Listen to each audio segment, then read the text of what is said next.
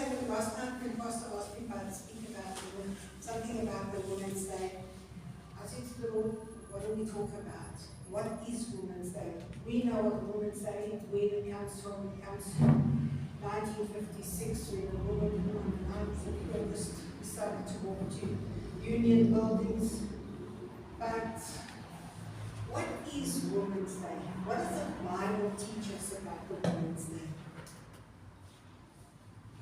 Yes, they say women, we must be submissive to our husbands, we must look at things, and we must be silent. But you know, I was praying, I said to the Lord, which way? Because you created us. You created man and female in your image. And it is not always the easiest. And therefore, in God's eyes, man and woman are equal. We are made equal. But there comes a time in our walk with God, we realize as women, we have a role to play. Not to be the head of the home, to take over, because God has made man the head. Women are to be the helpmeet.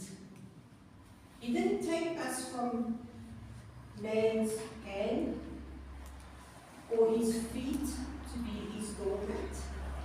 But he took us from his rib to be a helpmeet to him. And it's not always the easiest to say, I need to first speak to my husband, or I first need to get advice from a man. Because we know I always say it's Women's Day is Women's Lib. Because they wanted to be, if you go back into the Victorian age, women had no say. What man said, it went.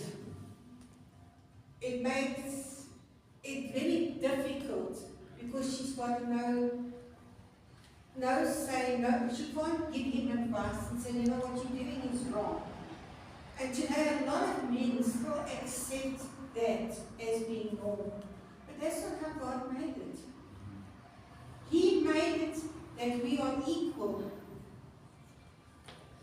And being equal, we have our roles to play in the home,